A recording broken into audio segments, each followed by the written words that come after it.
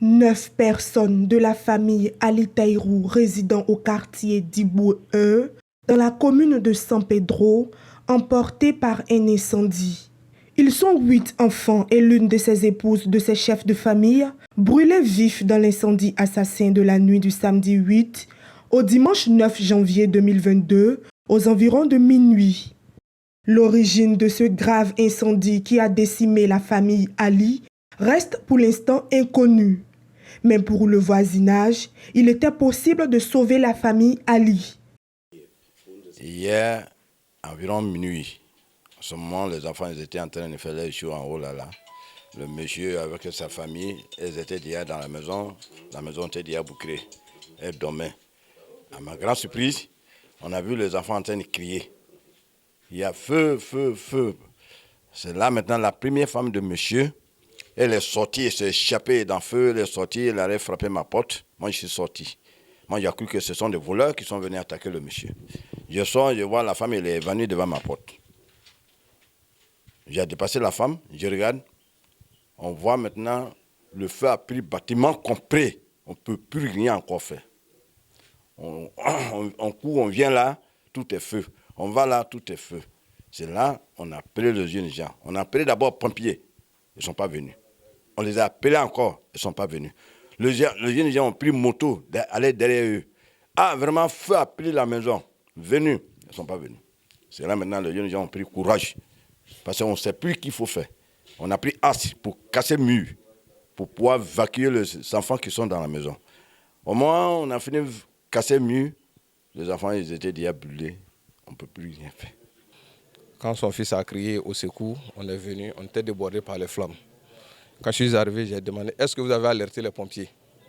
Ils ont dit, on a appelé, on a envoyé des gens, ils ne sont pas venus. C'est de là, moi j'ai pris mon téléphone, j'ai appelé le chef de corps du San Pedro, capitaine Bakaïko, pour qu'il nous vienne en renfort soutenir ce qui est là. Donc vraiment, les fils avaient débordé, on a jugé bon, cassé les murs pour pouvoir déguerpir le feu. Et sur ce, ayant cassé le mur, à la découverte des premiers corps, c'est-à-dire la dame avec ses 3 enfants qui ont été décimés par le feu, la jeunesse qui était à mes côtés, s'est démoralisée. Quant au chef de centre de secours d'urgence de la région de San Pedro, les pompiers ont été informés en retard.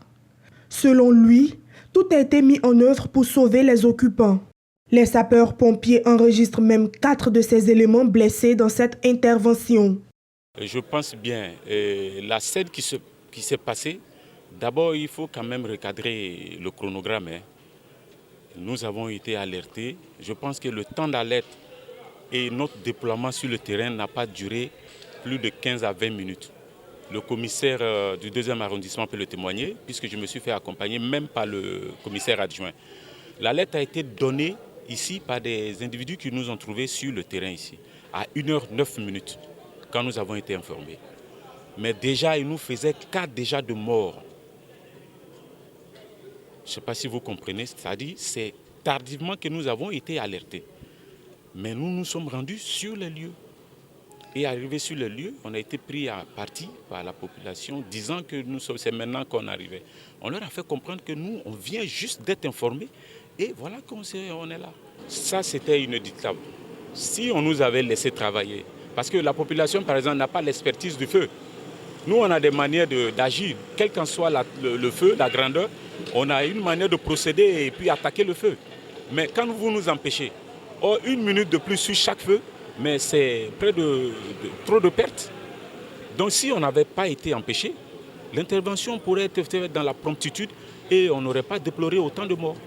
Les autorités politiques, administratives et militaires, mais aussi certains directeurs et chefs de service de la ville de San Pedro, avec à leur tête le préfet de région, se sont rendus sur les lieux pour apporter leur compassion à la famille.